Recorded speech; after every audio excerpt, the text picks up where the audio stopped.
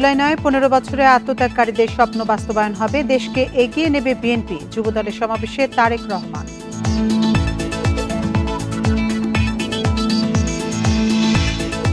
হাসিনার নির্দেশে জুলাইয়ে আহতদের চিকিৎসায় অবহেলা, ট্রাইব্যুনালের সাক্ষী ইমরান। দ্বিতীয় দিনে সাক্ষ্য গ্রহণ সমাপ্ত।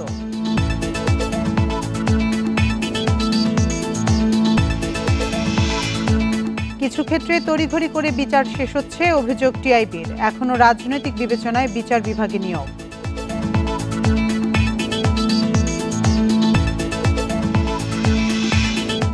ঢাকা আসছেন পাকিস্তানের পররাষ্ট্রমন্ত্রী। ৭১-এর জন্য ক্ষমা ও পাওনা নিয়ে আলোচনা হবে, জানালেন পররাষ্ট্র উপদেষ্টা।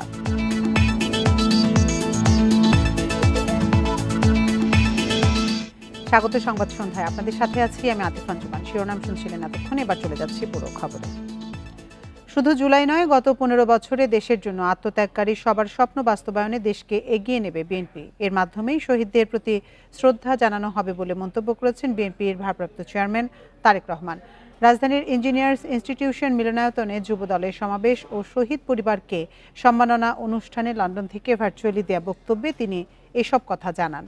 তারেক রহমান বলেন, ফ্যাসিবাদ বিরোধী আন্দোলনে যুবদল গুরুত্বপূর্ণ ভূমিকা রেখেছে। তবে শুধু অতীতের সাফল্যই নয়, ভবিষ্যতের পথও নির্ধারণ করবে জনগণের আস্থা। যে নেতৃত্ব জনগণের আস্থা অর্জন করতে পারে সেই প্রকৃত নেতা। আর জনগণের সহায়তা ছাড়া নেতৃত্ব দেওয়া সম্ভব নয় বলেও মন্তব্য করেন তারেক রহমান। শহীদদেরকে সত্যিকারভাবে সম্মানিত করতে চাই, শুধু জুলাই আগস্ট না, বিগত ১৫ বছর ধরে যারা নিজেদের অধিকারের কথা তুলে ধরতে গিয়ে, নিজেদের দাবি আদায় করতে গিয়ে বিভিন্নভাবে সেই পলাতক স্বৈরাচারের অত্যাচার নির্যাতনের শিকার হয়েছে, সেই ত্যাগের প্রতি যদি আমাদেরকে সম্মান জানাতে হয়, তাহলে অবশ্যই আমাদেরকে সামনে বাড়তে হবে। বিচার বিভাগে প্রত্যাশিত সংস্কার হয়নি, এখনও রাজনৈতিক বিবেচনায় নিয়োগ হচ্ছে বলে অভিযোগ করেছে ট্রান্সপারেন্সি ইন্টারন্যাশনাল বাংলাদেশ টিআইবি। সকালে রাজধানীর ধানমন্ডিতে সংবাদ সম্মেলনে অভ্যুত্থান পরবর্তী এক বছরে রাষ্ট্র পরিচালনায় নানা অনিয়ম অসঙ্গতির চিত্র তুলে ধরেছে সংস্থাটি। জুলাই সনদের সাংবিধানিক স্বীকৃতির প্রশ্নে সংঘাতেরও শঙ্কা টিআইবির। সোমবার রাজধানীর ধানমন্ডিতে সংবাদ সম্মেলনে কর্তৃত্ববাদী সরকারের পতনের পরবর্তী এক বছরের পরিস্থিতি নিয়ে প্রতিবেদন দিয়েছে টিআইবি। সংস্থাটি বলছে, বিচার ব্যবস্থা, দুর্নীতি, রাজনৈতিক সংঘাত সহ রাষ্ট্র পরিচালনায় বড় ধরনের চ্যালেঞ্জের মুখে পড়েছে সরকার। টিআইবির নির্বাহী পরিচালক ইফতেখারুজ্জামান বলেন, আইন কর্মকর্তাদের রাজনৈতিক বিবেচনায় নিয়োগ দেওয়ার অভিযোগ রয়েছে। কিছু ক্ষেত্রে তড়িঘড়ি বিচার শেষ করা হচ্ছে। আদালত প্রাঙ্গণে হেনস্থার ঘটনাও ঘটেছে। কোনো ক্ষেত্রে যেটা হয়েছে যে পিক অ্যান্ড চুজ করা হয়েছে, অ্যাডহক ভিত্তিতে করা হয়েছে। পুরো প্রতিবেদন বা পুরো সুপারিশমালাগুলোকে পাশ কাটিয়ে একটি দুইটি বিষয়ের উপরে গুরুত্ব দিয়ে সিদ্ধান্ত গৃহীত হয়েছে। সংস্কার করার নামে আরও বেশি সংকট সৃষ্টি করা হচ্ছে। জুলাই সনদে আইনগত ভিত্তি কি হবে সে বিষয়ে অস্পষ্টতা রয়েছে বলেও মনে করে সংস্থাটি। এ বিষয়ে সংঘাতের আশঙ্কাও দেখছে টিআইবি। সনদের আইনগত ভিত্তি কি হবে, এটার বাধ্যবাধকতা কি হবে, সেটা কি প্রক্রিয়া হবে, সেটি নিয়ে এখন পর্যন্ত সুস্পষ্ট উত্তর আমাদের কাছে নেই। এই দুইটি জায়গা আছে। আমি বলছি না যে এটি নিয়ে সংকট তৈরি হয়ে গেছে, কিন্তু আমি মনে করছি এই দুটো ফ্ল্যাগ করা দরকার, আমাদের সকলের বিষয়টা আলোচনার মধ্যে আনা দরকার। প্রতিবেদনে বলা হয়, আগস্ট ২০২৪ থেকে ২০২৫-এর জুন পর্যন্ত ৪৭১টি রাজনৈতিক সংঘাতে নিহত ১২১ জন, আহত ৫,০০০-এর বেশি। আইনশৃঙ্খলা নিয়ন্ত্রণে পুলিশের দায়িত্ব পালনে অনাগ্রহ এবং পেশাদারিত্বের ঘাটতি দেখা গেছে। হস্তক্ষেপ করা হচ্ছে দুর্নীতি দমন কমিশনের কাজেও। আর এক বছরে চাকরি হারিয়েছে অন্তত ১৫০ সাংবাদিক। Al Amin Hossain, Independent News, Dhaka. ২৩ August ঢাকায় আসছেন পাকিস্তানের উপপ্রধানমন্ত্রী ও পররাষ্ট্রমন্ত্রী ইসহাক দার। তার সঙ্গে ৭১-এ গণহত্যার জন্য আনুষ্ঠানিক ক্ষমা প্রার্থনা ও পাওনা আদায় নিয়ে আলোচনা হবে বলে জানান পররাষ্ট্র উপদেষ্টা। তিনি আরও জানান, উগ্রবাদের উত্থান নিয়ে সরকারের প্রধানের কাছে উদ্বেগ জানিয়েছে যুক্তরাষ্ট্র। বিকেলে ফরেন সার্ভিস একাডেমিতে তৌহিদ হোসেন এসব তথ্য দেন। দুদিনের জন্য ঢাকায় আসছেন পাকিস্তানের পররাষ্ট্রমন্ত্রী ইসহাক দার। সৌজন্য সাক্ষাৎ করতে পারেন প্রধান উপদেষ্টার সাথে। বৈঠক হবে পররাষ্ট্র উপদেষ্টার সঙ্গে। তৌহিদ হোসেন জানান, দ্বিপাক্ষিক ইস্যুতে আলোচনা হবে দুদেশের মধ্যে। পাকিস্তানের সঙ্গে সম্পর্ক উন্নয়নে ভারতের মনোভাব কোনো বিষয় নয় বলেও মন্তব্য করেন তিনি। পাকিস্তানের সাথে স্বাভাবিক সম্পর্ক চাই। এটা আউট অফ দি ওয়ে গিয়ে বড় কোনো এরকম কিছু না। আবার যে ডেলিবারেটলি তাদের সাথে সম্পর্ক ভালো রাখবো না এরকম একটা সিদ্ধান্ত যেটা ছিল সেটা থেকে আমরা বের হয়ে এসেছি। পাকিস্তানের সাথে ভারতের সম্পর্ক কেমন হবে সেটা আমি ডিসাইড করি না। একইভাবে পাকিস্তানের সাথে বাংলাদেশের সম্পর্ক কি হবে সেটাও ভারত নিশ্চয়ই ডিসাইড করবে না।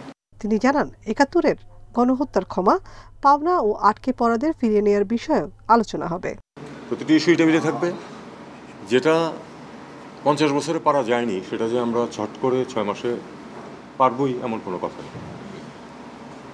আমরা এটা প্র্যাগমেটিক ওয়েতেই আগাবো এবং একটা ইস্যু আরেকটা ইস্যুকে আটকে রাখবে সেটা আমরা কখনো চাই না। এক প্রশ্নের জবাবে উপদেষ্টা জানান, উগ্রবাদের উত্থান নিয়ে সরকার প্রধান ও নিরাপত্তা উপদেষ্টার কাছে উদ্বেগ জানিয়েছে যুক্তরাষ্ট্র। এমন নয় যে তারা কখনোই কোনো উদ্বেগ প্রকাশ করে নাই আর হঠাৎ করে এক বছর যাবতই করছে, তাও না ঠিক। 1 বছর তো প্রায় শেষ হয়ে গেল, তারপরে করেছে তারা উদ্বেগ প্রকাশ। এটা পেরিয়ডিক্যালি তারা উদ্বেগ প্রকাশ করে অনেক দেশের ব্যাপারেই। আমরা কোনো ধরনের কোনো টেরোরিজম টলারেট করি না এবং অবশ্যই যদি সুনির্দিষ্ট কোনো অভিযোগ থাকে আমরা সেটা দেখব এবং আমরা কোঅপারেট করার চেষ্টা করবো। এটা তো আমি বলতে পারবো না, এটা আপনারা বরং যথাযথ জায়গায় জিজ্ঞেস করেন যে থ্রেট আছে কিনা। শেখ হাসিনাকে ফেরত আনা নিয়ে ভারতের সাথে আলোচনায় অগ্রগতি নেই বলেও জানান পররাষ্ট্র উপদেষ্টা। নাফিজুল্লাহ, ইন্ডিপেন্ডেন্ট নিউজ, ঢাকা। ৫ আগস্ট ঘিরে আতঙ্কের কোনো কারণ নেই, বরাবরের মতোই সতর্ক আছে সরকার। সোমবার সচিবালয়ে আইনশৃঙ্খলা সংক্রান্ত কোর কমিটির বৈঠক শেষে এসব কথা বলেন স্বরাষ্ট্র উপদেষ্টা জাহাঙ্গীর আলম চৌধুরী। তিনি আরও বলেন, 1 বছরে আইনশৃঙ্খলা পরিস্থিতির উন্নতি হলেও কাঙ্ক্ষিত মাত্রায় পৌঁছাতে পারেনি। সোমবার সকালে সচিবালয়ে অনুষ্ঠিত হয় আইনশৃঙ্খলা সংক্রান্ত কোর কমিটির বৈঠক। পরে সাংবাদিকদের সাথে কথা বলেন স্বরাষ্ট্র উপদেষ্টা। জানতে চাওয়া হয় পুলিশ 1 বছরে কতটা সক্রিয় হতে পেরেছে কিংবা দেশের আইন শৃঙ্খলা পরিস্থিতির কতটা উন্নতি হলো। জবাবে স্বরাষ্ট্র উপদেষ্টা বলেন, পরিস্থিতি উন্নত হলেও কাঙ্ক্ষিত লক্ষ্যে পৌঁছানো সম্ভব হয়নি। আমাদের একটা কাঙ্ক্ষিত যেরকম একটা উন্নতি হওয়ার হয়তো আমরা অতটুকু উন্নতি করতে পারিনি। তো আমরা আমাদের লেভেলে থেকে আমরা চেষ্টা করে যাচ্ছি যতটা উন্নতি করা যায়।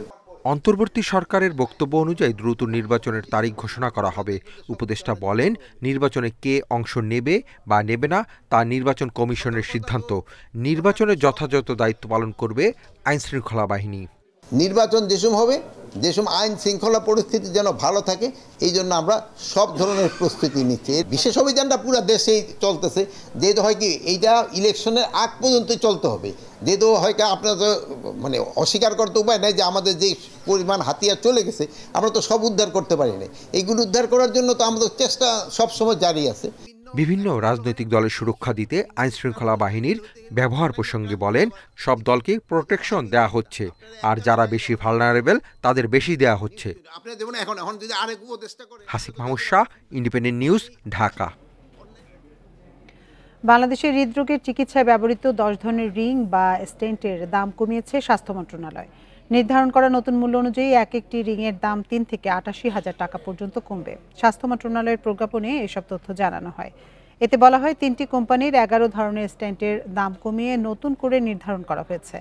আমদানি প্রতিষ্ঠান ভেদে স্টেন্টের খুচরা মূল্য সর্বনিম্ন 50,000 থেকে সর্বোচ্চ 1 লাখ টাকার নির্ধারণ করা হয়েছে। প্রজ্ঞাপনে আরও জানানো হয়, বিশেষজ্ঞ পরামর্শ কমিটির সুপারিশ অনুযায়ী ট্যাক্স, ভ্যাট, বিভিন্ন চার্জ বা কমিশন এবং কোম্পানিগুলোর যুক্তিসঙ্গত মুনাফা বিবেচনা করেই আমদানি করা করোনারি স্টেন্টের সর্বোচ্চ খুচরা মূল্য পুনর্নির্ধারণের প্রস্তাব অনুমোদন করা হয়েছে।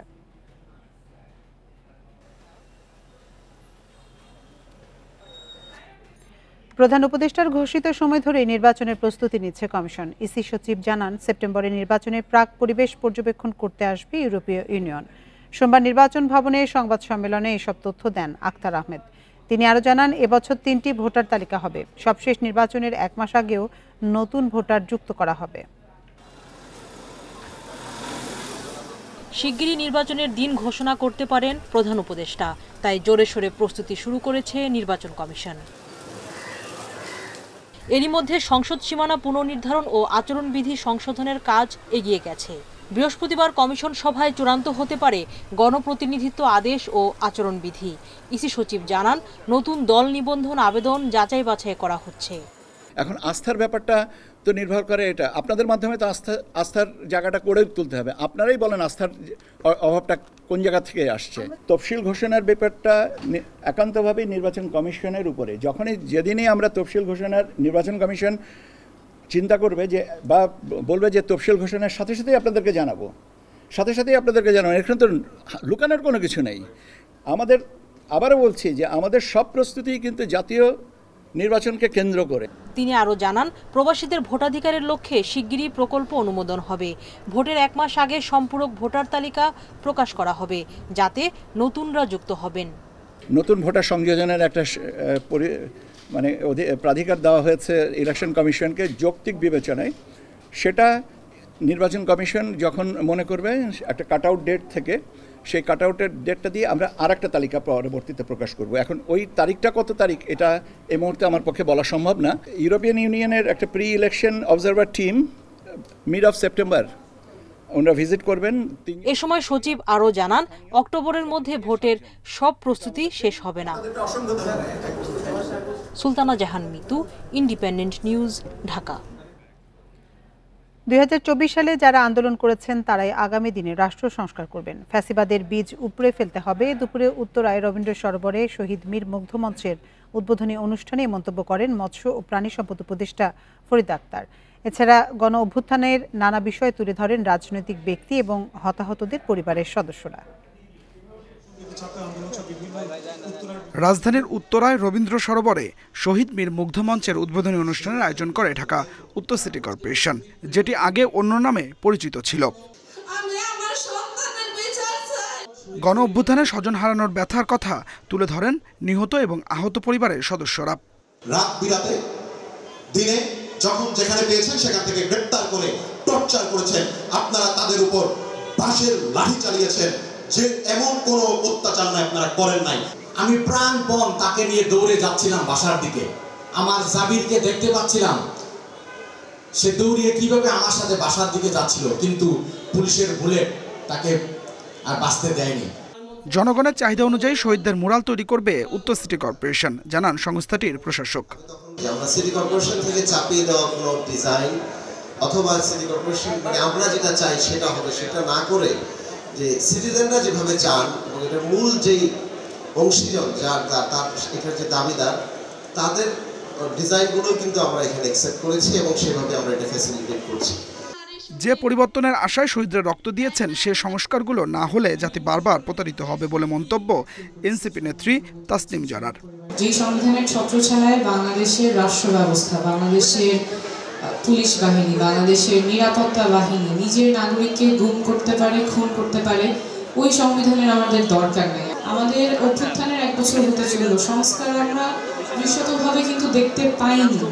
এ সময় সংস্কার নিয়ে কথা বলতে গিয়ে মৎস্য উপদেষ্টা বলেন, আর যেন কোনো মায়ের বুক খালি না হয়, বুকে গুলি করার মতো কোনো পুলিশ বাহিনী যেন তৈরি না হয়, সেই সংস্কারও করতে হবে। আমরা সরকার বদলালে আমাদের অবস্থা পরিবর্তন হবে, আমি মনে করি হবে না। তো কাজে রাষ্ট্র বদলাবার কাজ, যে কারণে নতুন সংবিধানের প্রশ্ন আসে, সেই কথাগুলো আমাদেরকে বলতে হবে। আমরা যেখানেই থাকি, সরকারে থাকি বা বাইরে থাকি, আমাদেরকে বুঝতে হবে যে গোড়ায় গলদ রয়ে গেছে, এখনো রয়ে গেছে। অনুষ্ঠান শেষে রবীন্দ্র সরোবরে শহীদ মীর মুগ্ধ মঞ্চ উদ্বোধন করা হয়, বের করা হয় rickshaw rally. Adilur Rahman, independent News, Dhaka. 7 কলেজের জন্য প্রস্তাবিত ঢাকা কেন্দ্রীয় বিশ্ববিদ্যালয়ের 40% ক্লাস অনলাইনে, বাকি 60% সশরীরে হবে।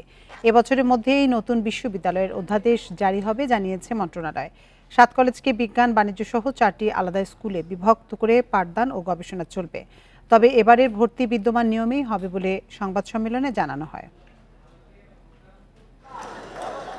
জাতীয় বিশ্ববিদ্যালয়ে অধিভুক্ত ঢাকার 7টি কলেজ 2017 সালে ঢাকা বিশ্ববিদ্যালয়ের অধীনে আসে, কিন্তু সময়মতো পরীক্ষা না নেয়া, ফল প্রকাশে দেরিসহ বিভিন্ন দাবিতে আন্দোলনে নামে শিক্ষার্থীরা। এর প্রেক্ষিতে গত জানুয়ারিতে এই 7 কলেজ নিয়ে নতুন বিশ্ববিদ্যালয় করার ঘোষণা দেয় সরকার। সোমবার শিক্ষা মন্ত্রণালয়ের এক সংবাদ সম্মেলনে 7 কলেজ নিয়ে ঢাকা কেন্দ্রীয় বিশ্ববিদ্যালয় প্রতিষ্ঠার বিষয়ে জানায় মন্ত্রণালয়। কলেজগুলোতে উচ্চ মাধ্যমিকের পাঠদান চলবে এবং শিক্ষা ক্যাডারের কর্মকর্তারাও কলেজগুলোতে নিয়োগ পাবেন বলে জানান কর্মকর্তারা।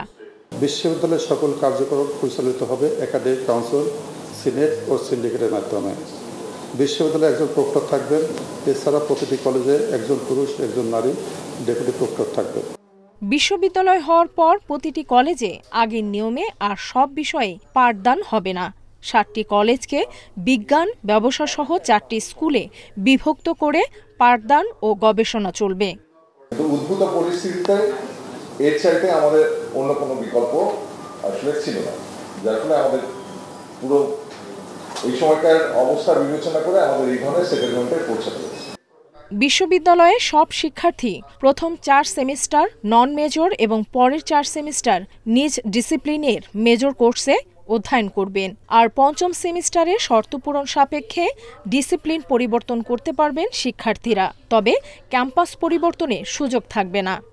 অনুষদ হলে ডিপার্টমেন্ট থাকতে হয়, কিন্তু আমাদের এখানে কিন্তু কোনো ডিপার্টমেন্ট থাকছে না, আমাদের হচ্ছে ডিসিপ্লিন থাকছে। যেমন একটা স্কুলের অধীনে আমার ধরেন 6টা ডিসিপ্লিন থাকলো এবং ফার্স্ট ইয়ার সেকেন্ড ইয়ারে সবাই একই ধরনের কোর্স করবে।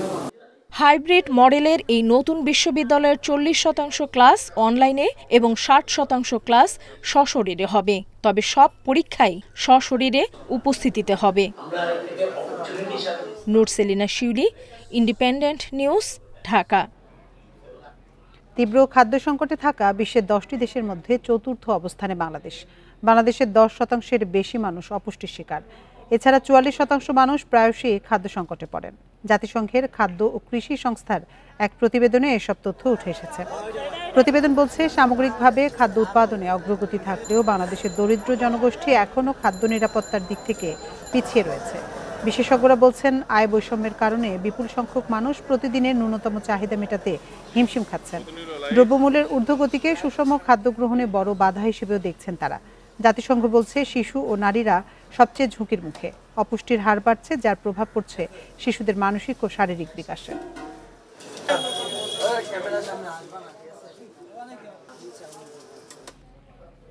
অর্থবছরের প্রথম মাস জুলাইতে রপ্তানি হয়েছে $477 কোটি পণ্য। আগের বছরের একই সময়ের চেয়ে প্রবৃদ্ধি প্রায় 25%। সোমবার রপ্তানি উন্নয়ন ব্যুরো ইপিবির হালনাগাদ প্রতিবেদনে এ তথ্য উঠে এসেছে। গেল 2024-25 অর্থবছরে $4,828 কোটি পণ্য রপ্তানি হয়েছিল। তখন প্রবৃদ্ধি হয়েছিল 8.5%। ইপিবির তথ্যানুযায়ী চলতি অর্থ বছরের প্রথম মাসে $396 কোটি তৈরি পোশাক রপ্তানি হয়েছে। এই রপ্তানি গত বছরের জুলাইয়ের চেয়ে 24.67% বেশি। তৈরি পোশাক ছাড়াও চামড়া ও চামড়াজাত পণ্য, কৃষি প্রক্রিয়াজাত পণ্য, হোম টেক্সটাইল, পাট পণ্য, প্রকৌশল পণ্য, হিমায়িত খাদ্য, প্লাস্টিক পণ্যের রপ্তানি গত জুলাই মাসে বেড়েছে। আর এই ছিল এখনকার সংবাদে। এতক্ষণ সাথে থাকার জন্য ধন্যবাদ সবাইকে।